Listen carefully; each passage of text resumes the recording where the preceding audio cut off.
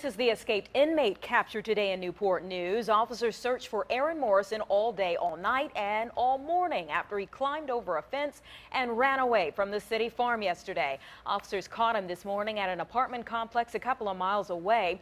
But in a case of mistaken identity, during that search for him, an innocent Suffolk man was handcuffed. And police pulled over the man and his family yesterday. They thought that he was the escaped inmate. 10 on your side's Lauren Compton talked to him and his wife and to the police. So, Lauren, how did all this happen? Well, Stephanie, police were following a tip that someone saw a man ducking in the back seat of a car on Route 58. They thought it was the escaped inmate. I talked to Viance Rowell's wife today, who says this mistake caused them quite a headache.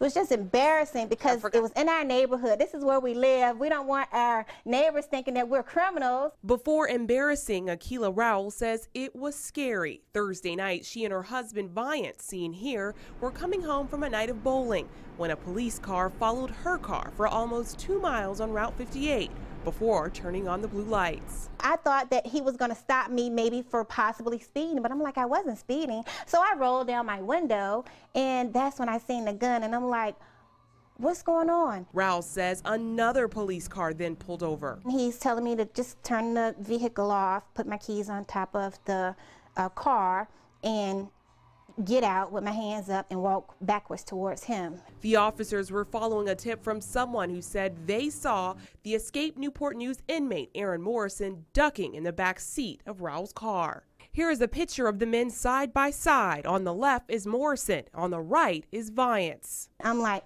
well, it's not my husband, you know, and he's like, well, where did you pick him up from? I'm like, I didn't pick him up from nowhere. He's my husband. We've been married for 8 years. Police told Viance to get out of the car and placed him in handcuffs. The whole scene unfolded in front of the couple's 2-year-old son. He see mommy getting out the car, and then he see daddy getting out the car. So he was screaming and hollering, but they did allow me to go and get him. After checking IDs and comparing pictures, police unhandcuffed Viance. Rowell understands they were just doing their job.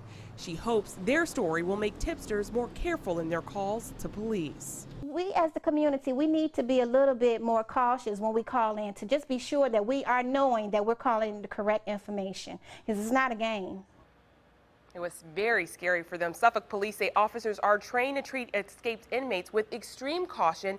They have to treat the suspect as if that person is a threat until it's deemed safe. The Rowells say they are not angry with the Suffolk Police Department. They just wish this situation could have been handled differently. Lauren Compton, 10 on your side.